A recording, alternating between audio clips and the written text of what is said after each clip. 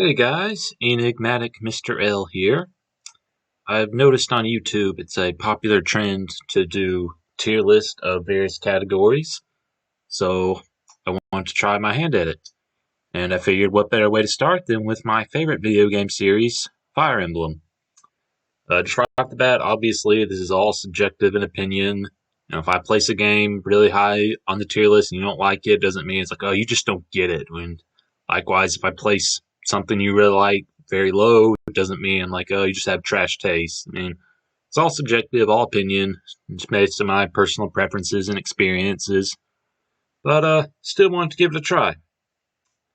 All right, with that out of the way, let's just start take it from the top, going with the very first game in the series, which is Fire Emblem, Shadow Dragon, and the Blade of Light. I've only recently played this game, thanks to it being released on the Switch, even though it was only a temporary release. Thanks, Nintendo. But Shadow Dragon and the Blade of Light, it's interesting. It laid the foundation for the series. For that, you gotta respect it. And there is some enjoyment to be had. I mean, the NES games have their own certain charm, but it's just very clunky and outdated. Like item management, you can't just freely trade one-to-one. You can't take, you can only give. And that uses up your action. You can't, trade and then attack. There's no item management in between battles or even, rearranging your unit's positions. And then on top of that, of course, I think one of the biggest problems with FE1, as it's commonly abbreviated to, is the fact that there's no battle forecast. Like when you go up and attack an enemy, you don't know. In other games, they'll be like, okay, I have an 80% chance to do 15 damage. They have a 70% chance to do 10 damage. I have a 10% chance on critical hit. They have a 2% chance. You have all that data. You go and use it to input your strategy. In this game, unless you have a calculator nearby, the Fire Emblem wiki of like all the stats, weapons is just you either play very slow and cautiously, or just like me and just like YOLO, and then if something goes wrong, you just rewind. Other games, even if you aren't emulating them, like Genealogy, Holy War, Thracia 776, it's like you can use save states and that sort of thing, but I don't think you really need to in order to enjoy it. But this game, I don't know what I'd do if I would just try and play it straight out. I'm gonna put it into D tier. Like I said, it does have some charm. You might notice there is no F tier because I think every one of these games, even like the ones in D tier, have some merit to them. But this is probably going to be at the bottom of the list, or at least of the main series games. All right, next we have Fire Emblem Gaiden and Fire Emblem Mystery of the Emblem. Both of which I haven't played yet. I have played both of their remakes, but I'm told there are some differences in the original games. Mystery of the Emblem, I'm actually playing through right now. I'm about halfway through book 1, and if I were going to judge right now, I'd say it's probably in the middle of C tier, but for now, I'm just going to hold off on making a judgment call right yet. And probably update this tier list at a later point once I have more familiarity with the games. I've played all kinds of difficulties once I've tried Iron Manning them. My opinions will change. Probably my commentary will change, what I like and dislike about the games, and probably the order will change. But for now, I think I'll just leave Gaiden and Mystery of the Emblem alone. But don't worry, those are the only two games in the main series Fire Emblem game I have played. Every other game on here is going to get ranked. Okay, so next up we have FE4, Genealogy of the Holy War, which is a game beloved by many for its, storytelling, its big open, scale conflict. It does a lot of unique things, such as, being able to use all of your army all the time. It introduces, skills, that sort of thing. And there are some detractors. At first I thought this was a game that, was just universally loved by everyone. It's like almost an illegal opinion to say anything bad about it, but as I've looked through more comments and reactions, I feel like the reaction to this game is more mixed because there are a lot of people who thought, the big maps were tedious, just didn't like it. Myself, I'm kind of, splitting in the middle. I think I'm going to put it in C tier. And if I were to sum up Genealogy of the Holy War, I would just say that it was a game I really enjoyed playing through, or I enjoyed playing through it once. I don't know if I'd ever play through it again.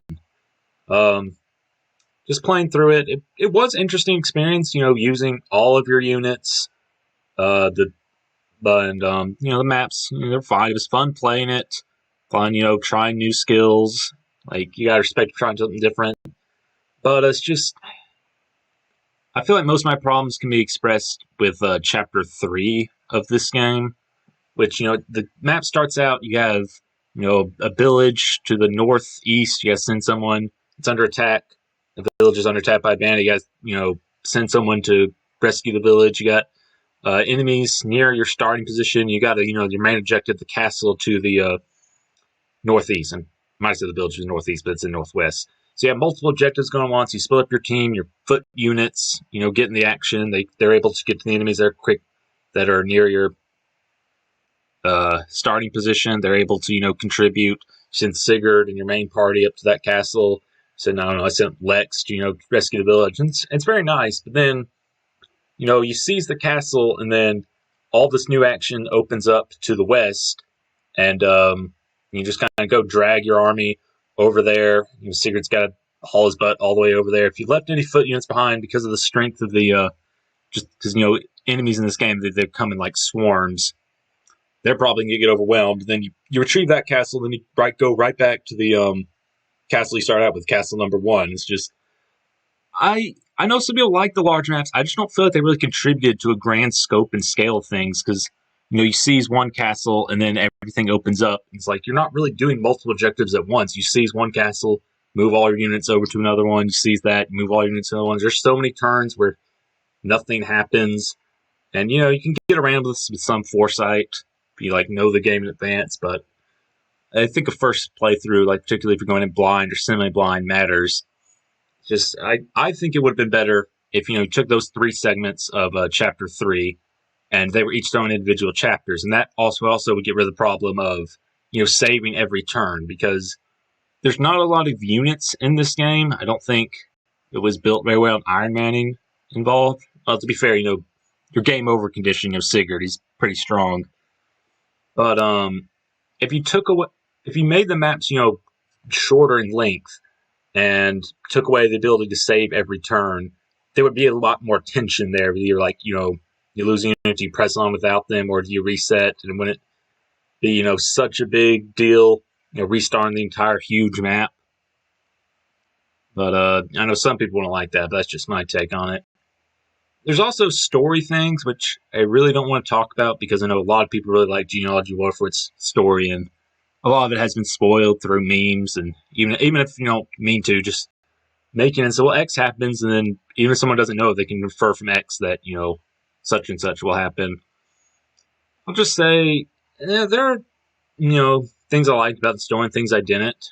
I think in theory it's really good, but it's just so many names of people, places, events, especially on first playthrough, it's like they're just going to go in one ear at the other. It's hard to keep up with it. And then of course, almost every antagonist you face is just this, stereotypical cartoonishly evil character, and which kind of conflicts with the message that they're trying to create. Some of the people you're facing, they had problems too. They're only human.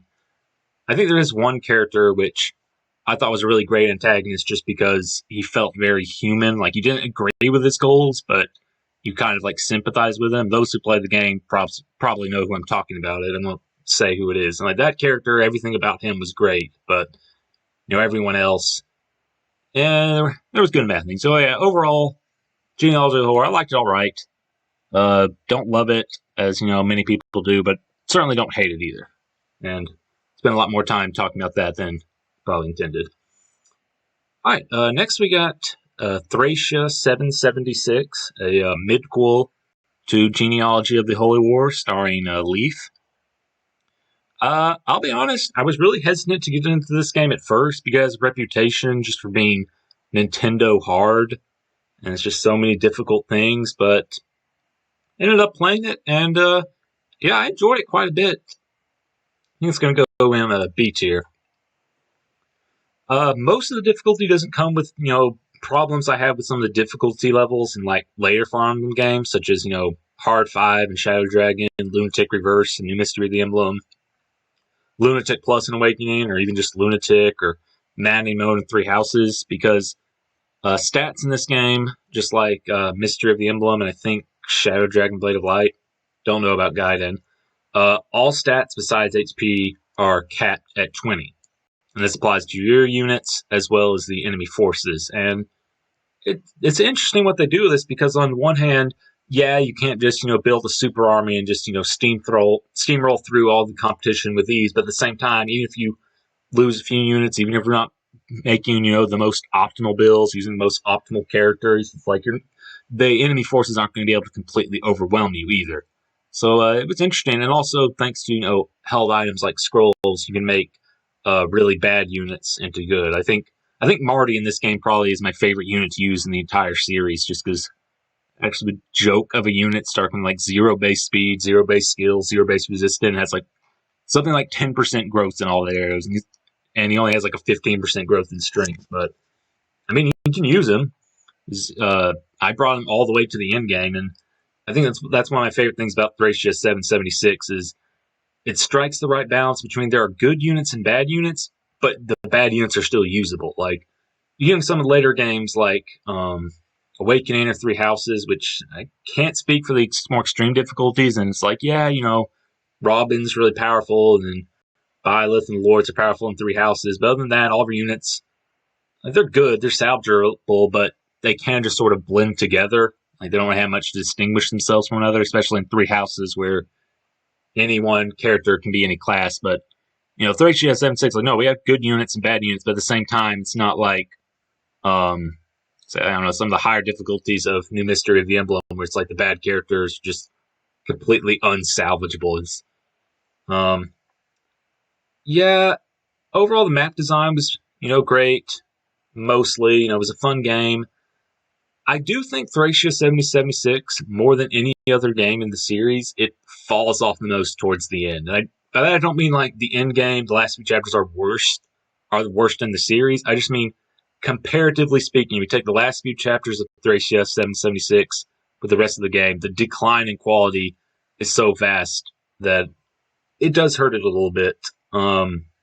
You got so many, mages with this like, infinite range berserk staff, infinite range silent staff, infinite range sleep staff, all that sort of thing. It's like, no. But if they had, 50 more, then it would have been a good game. But, it's just, you had some chapters where there's so many leadership stars in the enemy that like everyone's super dodgy and all the enemies are super dodgy and you have super accuracy.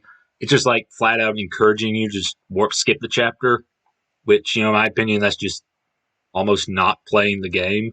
It's like, yeah, it does give you the tools and resources to cheese it, but if I were playing a Fire Emblem game, and it's like you can very easily one-turn every map in the game just by, like say, okay, warp in a boss killer, they give you Dancer, in the prologue of chapter 1, warp in, to the Lord Seas, and just do that every chapter, one turn clear. It's like, would that be fun?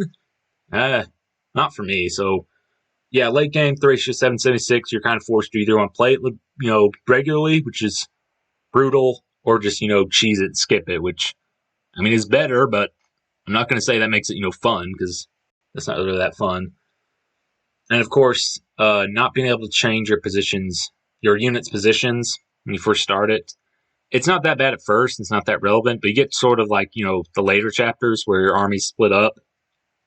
It really hurts. I think if Thracia 776 ever got a remake, it could be here, or maybe even like here if they also, fix those problems about, those later few chapters, also allowed you to, switch your unit's positions around, and also just, there's so much stuff in this game like so cryptic, like you're not going to know without a guide. Like, if I wasn't looking up, guide or playing this, I was playing semi-blind. I was discovering some things on my own. It's like, how was I supposed to know you need, 15 door keys by, in game? Like, you can easily get soft lock, and that thief's name, I don't remember his name, it's like Lithis, I think. You get in like chapter 2X, or at the end of chapter 2X. It's like you could skip him, and that's going to make, the Manister chapters, very brutal without him. So yeah, just remake the game, make things less cryptic, patch up some of the in-game a little bit. I can switch up units here, but for now, still very good. Like I said, map design's fun, units are fun. Overall fun game.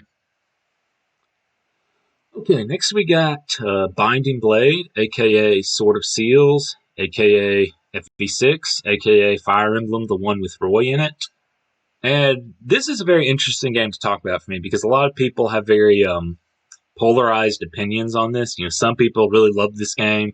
It's one of their favorites, if not their favorite. Some people really hate it. Think the map design is archaic and some of the features are archaic. And I can kind of see things both ways. When I first played this game, I would have placed it, I don't know, here or so. Maybe even like F tier if I had one, but I just didn't like some of the mechanics. But as I kept playing, the things that bothered me, I either got used to, or I even grew to appreciate. Like to the point where it's almost like I'd say even like here in A tier, it's like map design. Yeah, there are some stinkers. Like who really wants to play Chapter 14, that desert level, fog of war, and limited movement, and working on time limit, and protecting a squishy mage Sophia. Really powerful wyvern lords, and enemy reinforcements of berserkers with a high crit chance, and trying to get, all the hidden treasure. But Chapter 21, where it's just, if you thought the enemy reinforcements were bad before, oh man. But, overall, most maps are fun. This game, like, I mentioned, in Thracia 776, that not all games have, perfect unit balance. And, a lot of people point to Binding Blade, because you got, garbage characters like, Boars and Wolf. What's that archer? I can't think of it. I can't even think of Wolf. Yeah. And of course, you got, your high-end characters like Rutger, or as I call him, Critger, Milady, Marcus for the early game, for playing hard mode. But I think there is a certain charm to that, like especially if you're playing on normal mode, which I did my first 2 playthroughs because I was using an actual modified cartridge. I didn't even have hard mode unlocked. It's like, yeah, characters are bad, but I mean, I played through this the second time. I didn't use, the optimal teammates. I didn't use Rutger. I used Fur instead.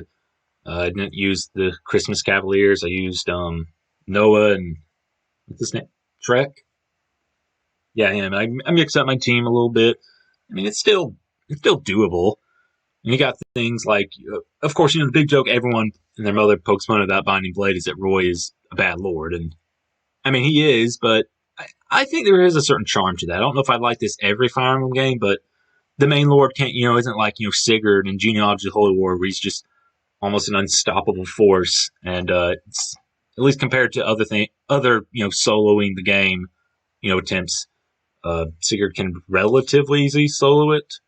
I mean, compared to other characters throughout the series, and having a lord that does require to make full use of your army, it's an interesting aspect. Obviously, the hit rates are low, and that's just it is bad in the early game. I just feel like, at least on normal mode, because I haven't played hard mode yet. Once you get better characters, once you start leveling up and promoting, get some more skills, getting better weapons, it gradually stops being an issue, or I just got used to it.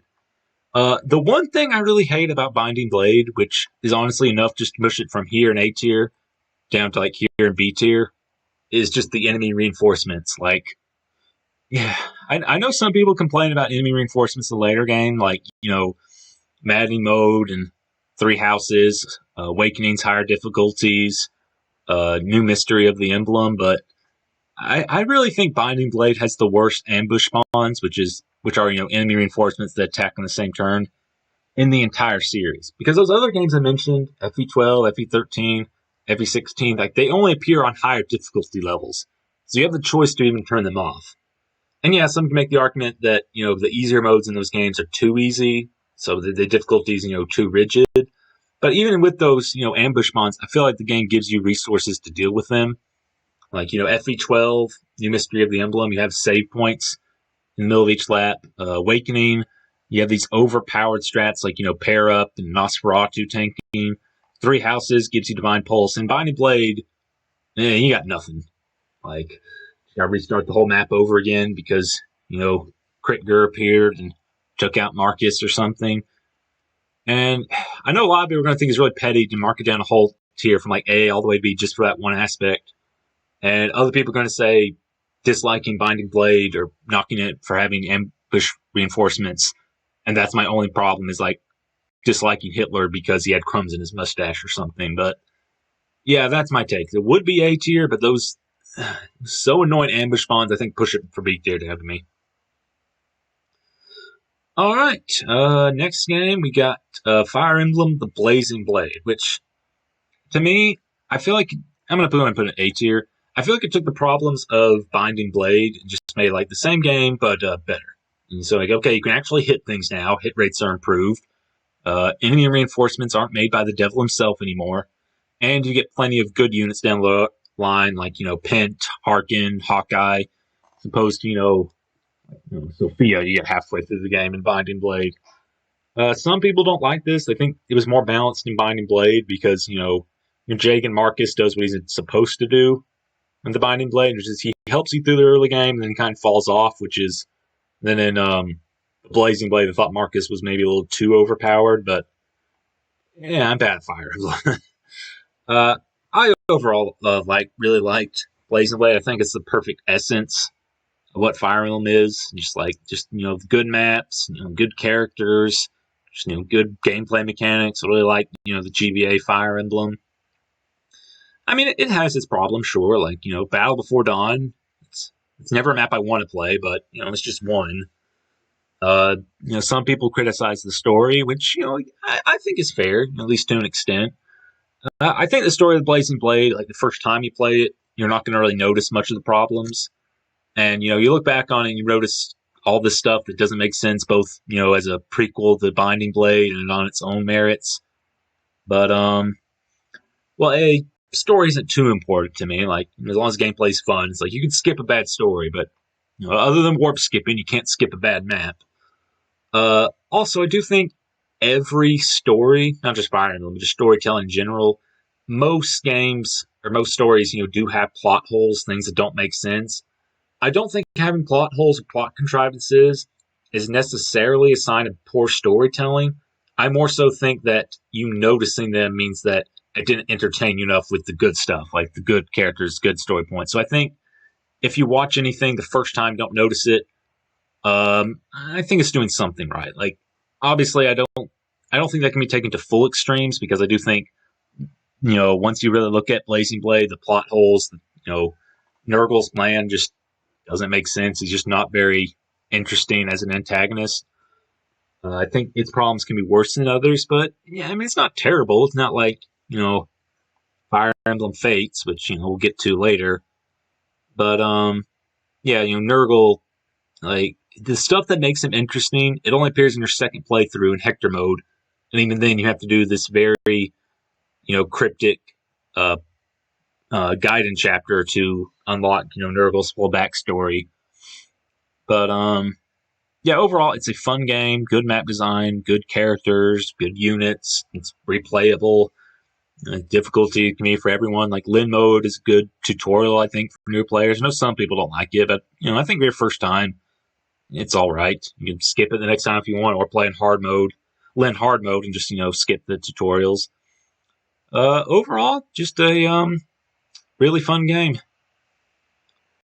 Okay, next we got Sacred Stones. And again, really like the GBA games. I think all three of them have a similar feel. Like, Binding Blade, like I said before, would be right up there, but Ambush Spawns, yeah.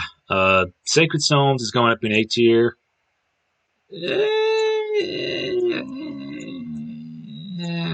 I think I like Blazing Blade a little bit better. I mean, Sacred Stones does have advantages over the Blazing Blade. I think the storytelling, like some people think, is just, gather up all the cliches and stories, throw them onto one pot. And, I can see that, but I think, the characters work better. Like Leon, as an antagonist, he actually has a connection to the heroes as opposed to, Nurgle, who doesn't really have much of a connection. It is, but, Sacred Stones, it's a kind of relatively short game. It's only like 20 chapters or so plus endgame. There's like, 5x, like the only Gaiden chapter in the whole game. That can be good, for repeat playthroughs. If you just want to play through quickly, try out. It encourages, team experimentation. It encourages, self-imposed challenges. But I think just, the more meaty campaign of Blazing Blade, and the slightly, I think, more balanced difficult. Like, I think Elliewood hard mode, which isn't even the most challenging mode in the game, is more difficult than difficult mode in Sacred Stones. But I mean, they're both fun. I'm not going to say, oh, this game's easy, so it's automatically, F tier, because, Seth can, solo the game, and it's boring, Tower of Volney or whatever. But, I mean, the Tower of Volney, I feel like it's there, if people are having trouble with it. Maybe they're not, the best with RPGs. Maybe it's one of the first ones, but I feel like the game is balanced around you not going there. I've only played Sacred Stones once, really. I saved at the route split and then did both routes. And, yeah, I never went to the Tower of Volney, never did any overworld battles. It felt like the game was balanced around it, which, as opposed to some of the later games, like, what difficulty mode you're playing, I'm not really sure if I'm supposed to be grinding or not, but Sacred Stones is like, no, the game is balanced as if you don't go there, but you can go there if you're having trouble. So it's a nice optional thing. It's there, but, you don't need it. Overall, fun game. Like with Blazing Blade, good map design overall, fun units, good characters.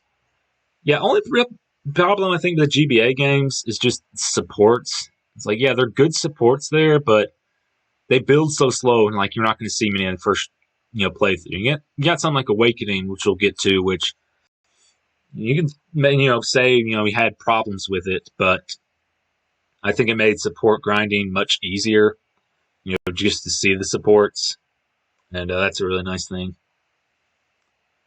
All right, next game on the list is Fire Emblem Path of Radiance for the GameCube, starring our boy Ike. Roy's our boy. Ike's is just, we like Ike. Yeah, I'm going to go ahead and put it into S tier.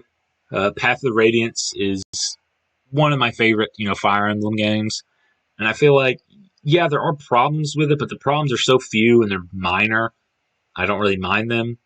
And the things that are good are all the things I really care about. Like, I'll briefly touch on, the problems. It's just like, yeah, some people say the voice acting's bad, which, I agree, but, there aren't that many, cutscenes. Others, like, the gameplay is slow, like, enemy phase takes forever. And when I first played it, that only started bothering me towards, like, near the very end of the game. And I'm like, the game is still fun. What else? Yeah, some people say difficulty, which I've only played this on normal mode so far. And, like, halfway through the game, I was like, should have played on hard mode, but I'll just do that next time. But, again, like I said with Sacred Stones, it's like, I'm not going to knock it just because, it's easy. That means it's automatically not fun. I mean, I'd play a game that's relatively easy and fun rather than something like, I don't know, Fire Emblem Three Houses Maddening mode. And, yeah, those are the only big things I see brought up. I guess, the ending is left a little ambiguous because they had, followed up with the Radiant Dawn, but I think it answers enough questions. It satisfies the, initial story while still setting up some future plot points, which I think is what original work should do. It shouldn't just, say, okay, nothing's going to be resolved. You have to see, part 2 of the sequel for anything, but it's not like, Binding Blade where everything's resolved and, Blazing Blade is just tacked on there. So, yeah, but the good things about Path of Radiance is just, the characters are good. I like Ike. Prior to Dimitri and Three Houses, probably my favorite lord from a character standpoint. Just, he's not royal. He's, has to learn about the world. Just, a mercenary deals with, racism issues. That's very interesting. Good characters, like the good story. I think Ashnod's motivations, like, in order to get him spelled out, you have to have Rayson just engage him in combat, which, of course, Rayson, you're just a helpless dancer. He's just going to die. But you see that exchange, and it's kind of hinted elsewhere. I think they could have fleshed out a little bit more, but still, I think, the antagonist is well written in that they have a goal which has some merits to it, but you don't agree with them and you want to stop them, but you kind of see where they're coming from. I wish it was, a little spelled out a little bit more. You don't have to, it wasn't hidden behind something so cryptic. But, even without the conversation, what's said in that conversation between Ashnard and Rayson is, hinted at in all the other Ashnard's other words and actions. Excuse me. So, yeah, I think that's really good. I said, like, the map designs, there are a couple of stinkers, like, the Boulder map and the Pitfall map, but those are the only two ones I know of offhand. Like, everything else is really fun. Even those two, they're nothing compared to the worst maps in even like the GBA games, which I really like. Overall, Path Radiance, fun map design, good characters, good story, just really fun to play, fun to revisit. Well, I want to revisit. I've only played it once, but I wanted to try it again. Hard trying new teammates. They introduced the bonus EXP system. Good for raising up underleveled units. Also good, if you're Iron Manning it, which I want to do at some point. Really fun game. Yeah. So we've been on a roll. We've gone from C to B to A to S, and you might think it's another Tellius game. You might think it's another S tier, and really wish you could have followed up with that. But in my opinion, yeah, it's just not that good. Well, not that good compared to other games in the Fire Emblem series. I still like Radiant Dawn on its own merits. Like I think C tier is fine. C tier is kind of compared to other Fire Emblem games. Even these games in C tier, if I were to compare it, just other games like Mario, Pokemon, Zelda, for my personal subjective enjoyment, every one of these would probably be A or S tier. But Radiant Dawn, it does things right, things I like. A lot of people really like this game. Probably surprised that it's so low, especially when I put Path of Radiance so high. But it has good maps. I think most of the maps are good. Most of them are fun. There's some interesting characters, and there's some interesting story elements. In Part 3, it really feels like a large-scale battle. You really are part of the war.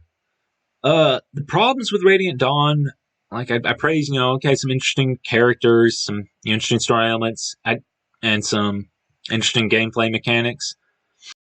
But I also have major issues with the gameplay, the story, and the characters. The characters, they completely got rid of support conversations, which maybe, some kids make the argument, the reasoning behind that is, to encourage, Iron Man and encourage, permadeath being an actual factor. Hey, if you lost this unit, don't worry, you can still, press on without them. You're not going to be missing extra content, except I think Radiant Dawn is even built around Iron Man or losing units, because you got, in the early chapters, just any one of the Dawn Brigade dies, you get a game over. Of course, if you lose a really good unit, you invested in Dawn Brigade, Jill or Nolan, it's going to be very difficult to press on without them. Of course, I think the real reason they got rid of support conversations is because it's a huge cast, which, is too understandable. Problems with the story. Excuse me. I won't spoil it, but, somewhere in Part 3, there's something, it's okay, this feels like a contrivance, people who played the game probably know what I'm talking about. But, story and characters, it's stuff there. It's like the icing on the cake, It's fine if it's there, but, you don't really need it as long as the gameplay is fun. And with Radiant Dawn, I mentioned before, Binding Blade, or it's, Chapter 1421, Blazing Blade, it's Battle Before Dawn. Sacred Stone is Chapter X, that first Fog of War level. It's almost every Fire Emblem game has maps I don't like and don't enjoy playing. Radiant Dawn is no exception. But Radiant Dawn, it's the maps I don't like, I think they're so large in number and they're so bad, they just kind of ruin the whole experience for me. When I think back, do you really want to play Radiant Dawn and replay, that chapter in Part 3 where you're the Dawn Brigade in the Fog of War fighting Lagoos? And do you really want to play any of those Fog of War levels? You want to play any of the Dawn Brigade segments where you don't have many good units in Part 1 or Part 3, even beyond that, Fog of War one where, you got to face, 50 units and you got I got, Jill, Tranio, and maybe one other person you trained well. And then you get to Part 4 where the enemy reinforcements start coming, they don't stop coming, and they don't stop coming, and they don't stop coming, and they don't stop coming, which it's not even really difficult so much as it is just annoying.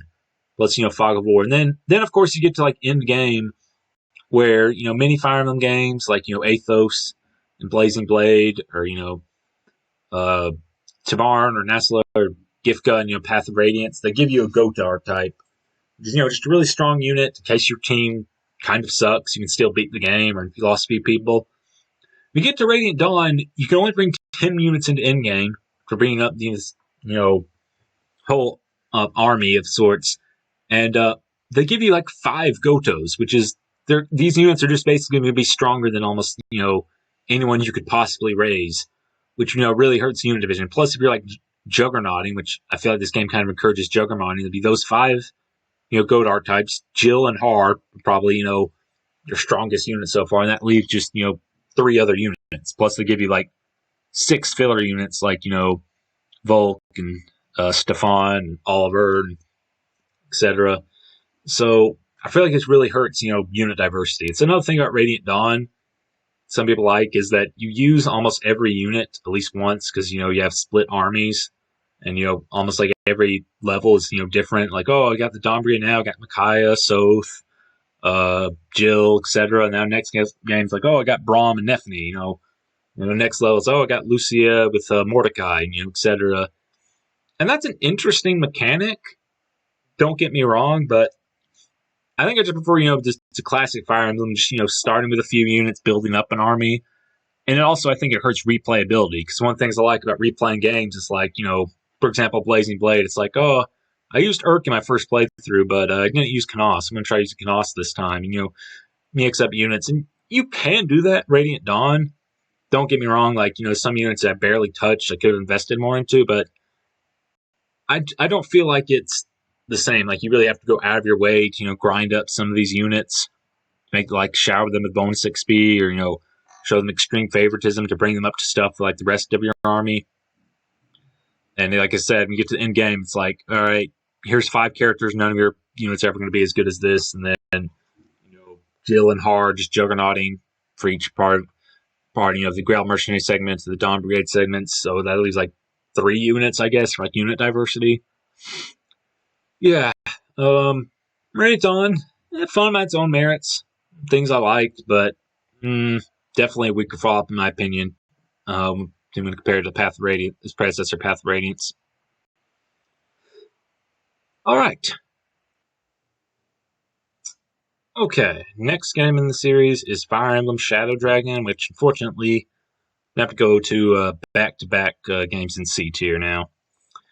Like when I was mentioning Shadow Dragon Blade of Light, I mentioned that it's an interesting idea, but I think it's just kind of clunky, outdated. Like, I would say it's even like a broken game, just item management, lack of battle forecast. And I think Shadow Dragon, improved those problems. I know some people don't like some of the changes it made, feel it wasn't as faithful to the original, but given the choice between 2 of these, I definitely choose Shadow Dragon. They took Shadow Dragon Blade of Light and made it a functional game. Battle forecast, you can change the position of your units. Also, some of the mechanics I thought were kind of weird in Shadow Dragon, like, your healers don't level up by healing just from surviving attacks, which, me. People always love to put their healers, which can't attack, into enemy range. Squishy healers. But, Shadow Dragon took those things, they made a functional game, but it's still just kind of bland. Like, I can almost see what people's saying, putting this game above Shadow Dragon. The Shadow Dragon Blade of Light above Shadow Dragon, just because FE1 has a certain kind of NES charm, but beyond that, it's just like, and my first Fire Emblem game was Awakening, and this was my second game. So going from Awakening to Shadow Dragon, it's like there are no supports, or I think there might be supports. Like, you talk to them very briefly, and they stand next to each other. Just characters feel more like just like units. It's like someone dies, I only reset to bring them back if they're really contributing. Just from a personality perspective, I was just like, yeah, who are you again? It's still functional. Like, I think map design, especially because this is the first game and they recreate the maps. Map design is all right overall. Story is, I think it's the most forgettable story in all Fire Emblem. It's like, I know it's kind of set the trend for modern ones. It's kind of classic, but my first playthrough of Shadow Dragon, I played through the game twice. I'm not sure which was more surprising. I played through this game twice, or second time I still played on normal mode, like a wimp. But even after like second playthrough, I was just like, what was the story again? Like, not even that it was like complicated, but just because it's like so mundane. It's like, okay, hero prince exiled, builds up an army, retakes homeland, defeats the evil sorcerer, and tries to revive a dragon. Saves the world. The end. Like, just very basic. Like in other games, they follow that, but they have like some twist or some take, I think, that makes it at least slightly more entertaining. And Shadow Dragon is like, yeah, it's fine. It's just not very flashy. Like even Radiant Dawn, which I think did a lot of things I didn't like, I at least respect it for trying something new, trying something flashy. With how almost every map you have like a different army. Which you might not have liked that mechanic, but it was something. It was trying something new. Which is Shadow Dragon is just like very cut and dry, bare bones, like basic. Like okay, this is Fire Emblem. Like, and yeah, I said the GBA games are like basic Fire Emblem, but I think they're done very well. Shadow Dragon, it's passable, it's fun, but yeah, not my favorite. A lot of people complain about the animations. It didn't bother me that much. Maybe it did, like just subconsciously, because I could really get attached to the characters, and the GBA have really flashy crit animations. But yeah, all right. It's a game sequel though, Fire Emblem New Mystery Emblem. I like that game. It's a game. Honestly, not much really to talk about other than just yeah, it was good. Not really sure what to say. Compared to Shadow Dragon, I feel like both story and characters are more fleshed out. And I know maybe it's not that fair to talk about story and characters when they're both just being remakes. You have to talk about the originals, but Shadow Dragon or New Mystery of the Emblem, you have the thing of like Harden, the unit you had with you in the previous game. Turncoating being one the major antagonist. It's still very interesting. Of course, the story is still okay. There's a sorcerer somehow inexplicably back. He's trying to revive a dragon again, but there's a bit more heart to it, especially, the final battle, something about these four priestess. I won't go in detail, but hopefully y'all know what I mean if you played the game. It's like, I thought that was an interesting take from, a story and, character point. Also from a gameplay, integration, what you have to do there. That was interesting. They have, supports, at the base conversation. That's good. Just like, I feel like this is Shadow Dragon, but, just a little bit better. I'd be remiss if I didn't talk about Chris, which, a lot of people seem to hate. I think the idea of having a playable Avatar character, Philo and Marth, I'm okay with that in theory. I do think they kind of, pander a bit too much. Like, Chris himself isn't the problem, in my opinion, just like the way he's handled. Just like everyone's like, oh, wow, Chris, you're so great. Oh, you're so awesome. Have my babies, Chris. Like, they would have had him, but just kind of toned down a little bit in how everyone interacts with him. I think he would have been all right. Yeah, that's just my take. Okay, next we got Fire Emblem Awakening. And I know a lot of people don't like this game, and I think, for very valid reasons. The map design, it's, not terrible, but it's rather bland. Characters just became, anime tropes. Difficulty is very rigid, like normally too easy, hard, probably still too easy because you can line strats like, Nosferatu tanking. Lunatic Plus are just, insane difficulty levels. You also got the story, which is just kind of okay, but kind of falls apart, like halfway through the game or so. But I'm just going to say, I think it's my favorite Fire Emblem game. It is my first Fire Emblem game, and it might just be the nostalgia talking. In fact, probably is, but I just really liked it. I've replayed this so many times. But yeah, Awakening, I really enjoyed it. I have nostalgic attachment. I just thought it was fun.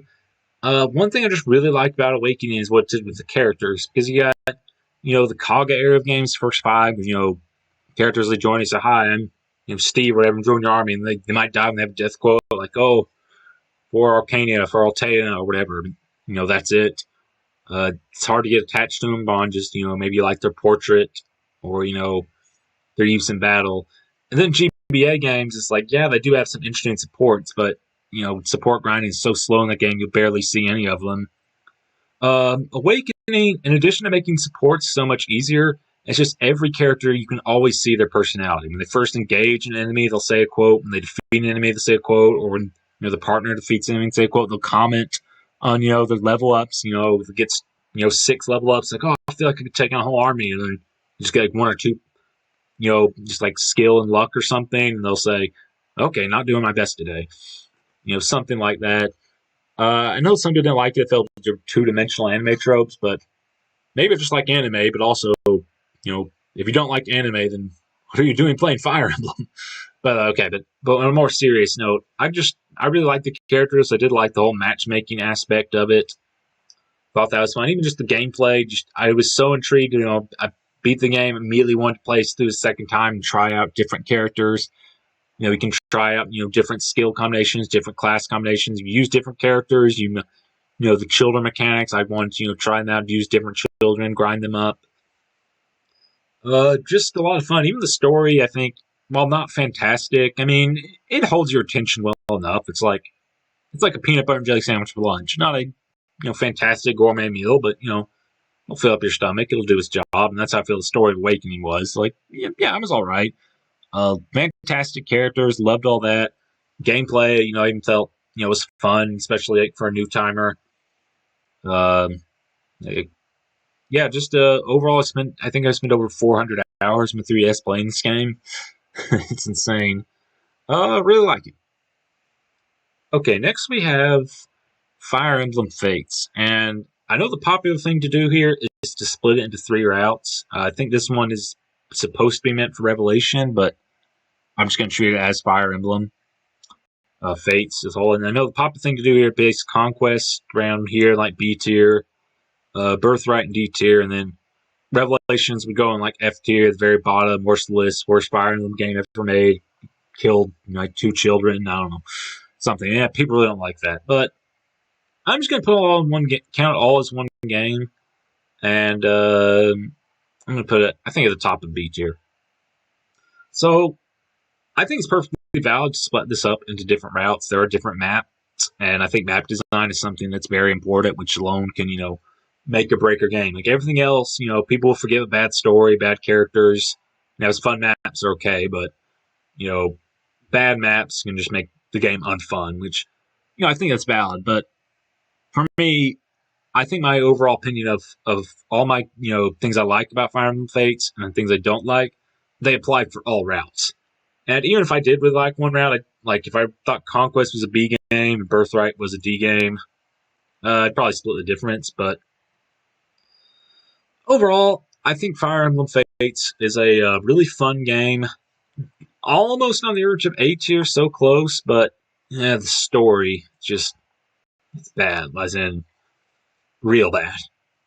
And there's also just a heavy focus on it. Like if there was it had a really bad story, but there wasn't much of a heavy focus on it, just very brief cutscenes overall.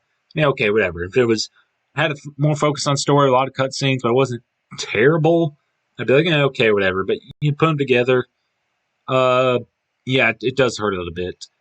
I do think I like most of the levels here. Birthright, I think, is a good, introduction, kind of basic, and then kind of picks up difficulty towards the end.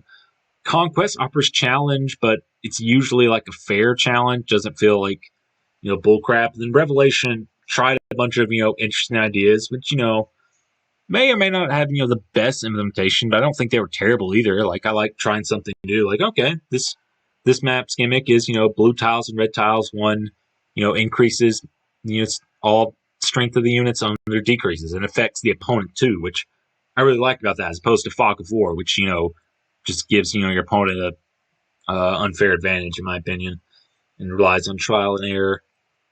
I didn't like the weapon system. Like, I can, appreciate them adding in, bows and, what was it they had? Bows, magic, the new weapon, concealed weapons into the weapon triangle. That was a fine idea, in my opinion, but just having weapons not break and how they balance that instead by just, okay, anything above, a steel sword, like a silver brave weapon, it's like, it's going to be, -4 strength after you use it, -2 defense, and cannot follow up attacks, and it'll also lose an arm and a leg. It's like, what? It just makes you never want to use anything more than like a steel weapon. Use iron weapons, steel weapons, and the Lord's personal weapons. And that was about it in my playthrough.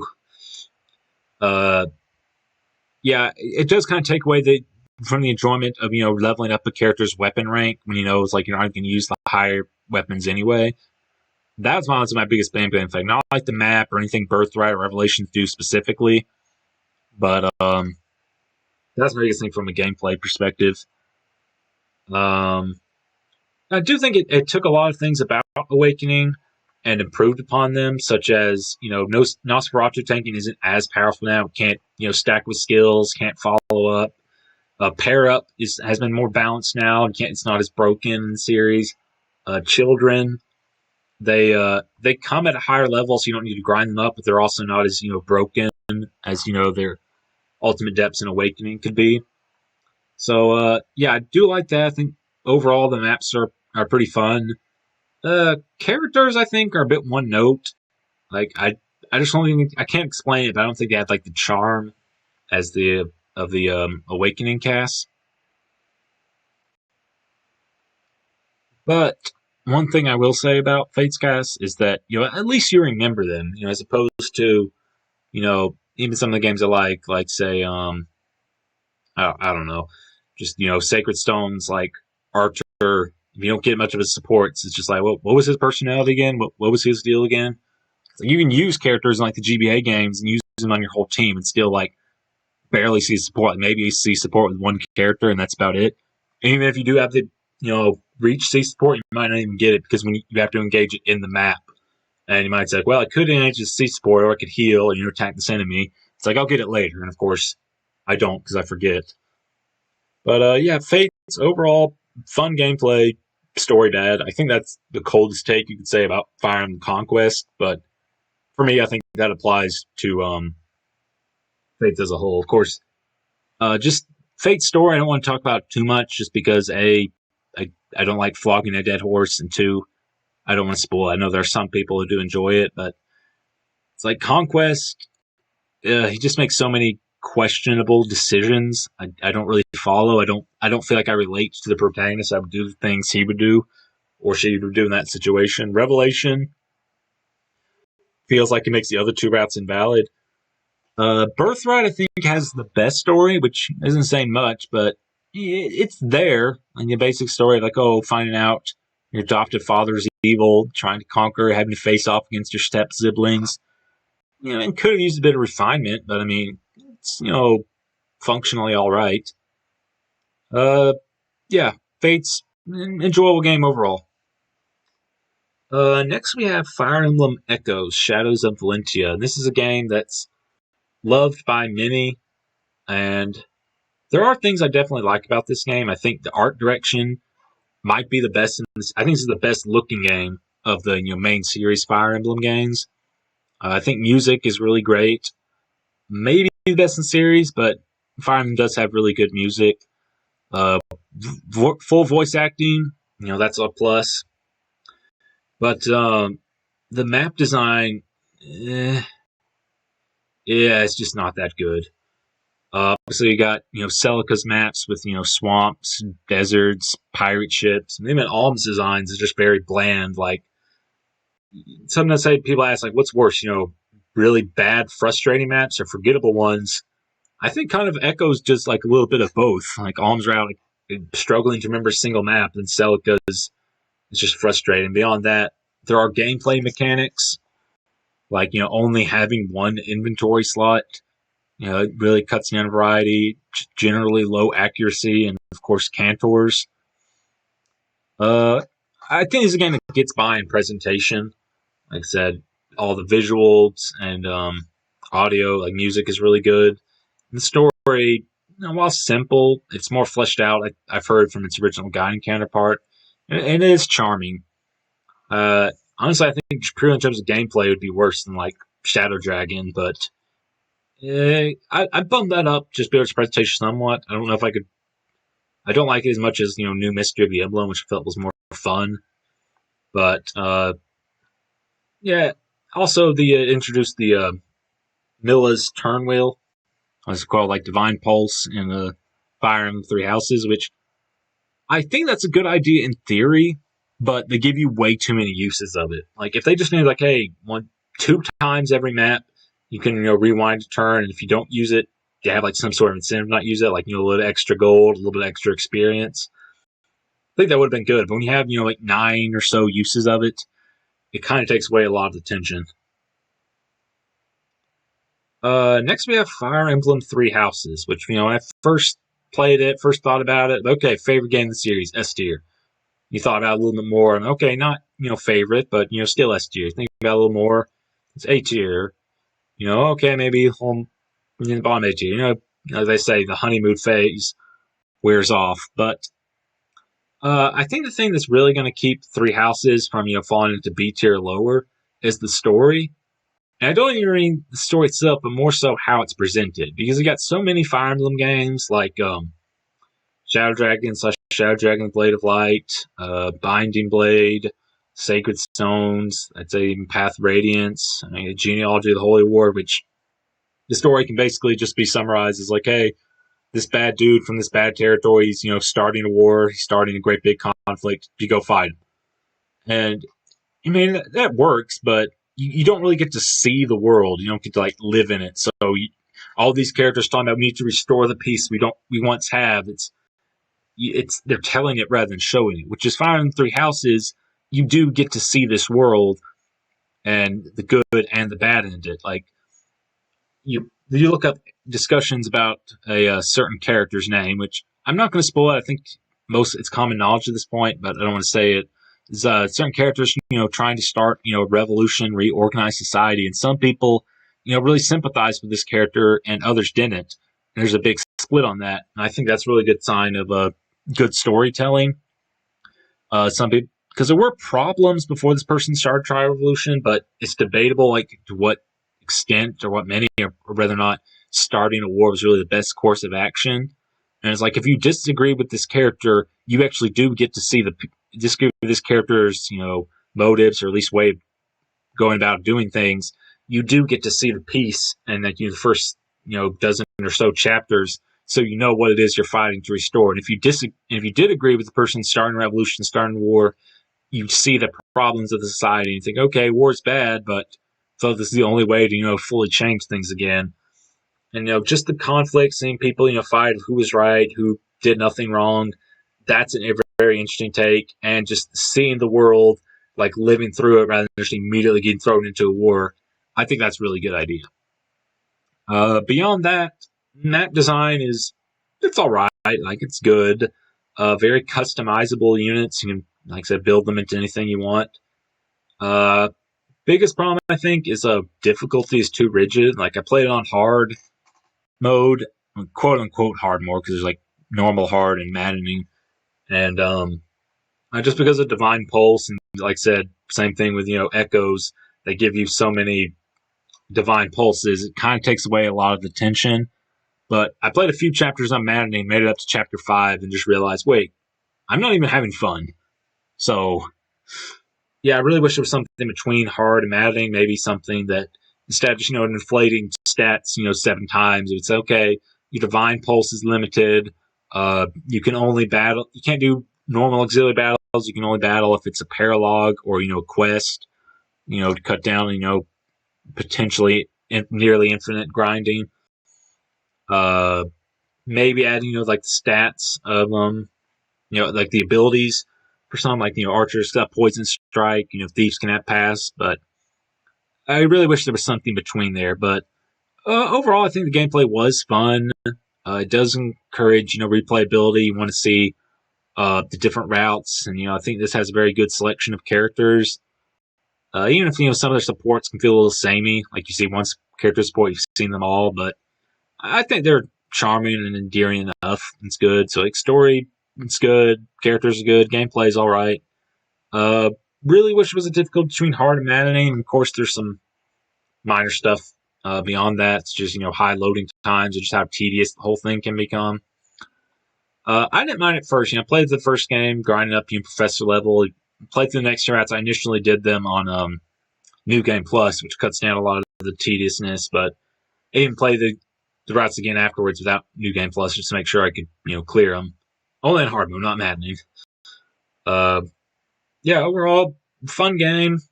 Probably compared to Fates, Three Houses, I would say Fates has better gameplay, but story so bad. But Three Houses, like its storytelling, the way it tells it, is just enough to keep it an A tier. Next, we have Fire Emblem Heroes, which I've only played a little bit. I think I played like the first 2 books, like the main story. Yeah, I'm putting a D tier. It's all right. Like it's something to do. Maybe if you're like out and about, in the mid, just need to kill a few minutes of time. But just compared to every other main series Fire Emblem game, like even Shadow Dragon, Blade of Light, I'd rather be playing it. And if I'm at home, I have the choice between any of these. I'd rather play main series Fire Emblem game. And of course, Heroes has way more fan service, I think, than the others. Just got to use those orbs to get the swimsuit Lin or whatever. I don't know. And of course, it actually actively can consume much more of your wallet than like $60 or so for one game. I didn't spend any money on it, but I know there are tales people ended up spending like over $1,000 on this. It's just fan service, just being a watered down Fire Emblem, actively can potentially take a lot of people's money beyond just the initial price of the game. Get addicted to it. Yeah, D tier. Fire Emblem Warriors, I've only played very briefly. I played for like an hour or 2 or so of it, and all it did was just make me wish I was playing another game. And I don't mean it's like utterly terrible, like it's the worst game ever, but it doesn't have the strategic elements, at least to the extent of main series Fire Emblem. So when they try to add little bits and pieces of it, I'm like, I'd rather play Fire Emblem, but it's not as good as something more, fast paced and action, just like, a Mario platformer or something like that. You try to balance both of them, and then you end up getting neither. And sometimes that can work. And sometimes you appreciate the hybrid. But me, it's just like, I'd rather be playing, either just a pure play, fast paced, reactionary game, or strategic Fire Emblem game. And I just did not enjoy it. I also didn't enjoy the lack of character variety, which I've only played, like I said, like an hour or 2 of it. But so maybe this isn't a fair comparison. Maybe I shouldn't even rank it, especially since I didn't rank Mystery of the Emblem. But my list. But I've looked up the characters, and it's so heavily focused on Fates, Awakening, and the Arcanea games. They had so many opportunities, and also just types of characters. You think Smash Bros. Has too many anime swordsmen. It's just like, there's too many swordsmen, but now we're also going to add in, Lyn and Celica as DLC, do swordswomen. Yeah. Might change. I do want to beat it at some point. Maybe it would change then, but yeah, for now, it's just going to probably be at the bottom here. Then we got Tokyo Mirage Sessions, Sharp FE Encore. That's the one I'm familiar with. And you might be expecting me to diss on this game for just weeb anime trash, but I really liked it. I'm going to put it B tier. It was very bright, very colorful, like the funky pop music. Story. It's a commentary on Japanese entertainment industry. That's all right. The characters kind of anime stereotypes, but they're entertaining enough. I think the gameplay is fine. I don't think compared to other games on the list, like the highs of some of the games before it, I'd rather be playing some of these, even when dealing with some of their negative aspects. But I did enjoy this all right. And then again, like I said earlier, I do like anime. So if you don't like anime, you might not like some of these, storytelling character tropes, but also Fire Emblem can be very anime at times. So, but beyond that, just the gameplay, because it's not the grid-based combat of Fire Emblem. It's not going to be everyone's cup of tea, and that's perfectly reasonable. But for me, I enjoy it quite a bit. All right, and that's going to do it for this list. Be sure to leave your thoughts in the comments below. What games you like, what games you dislike, what you might want more elaboration on, and I will see you guys later. Bye.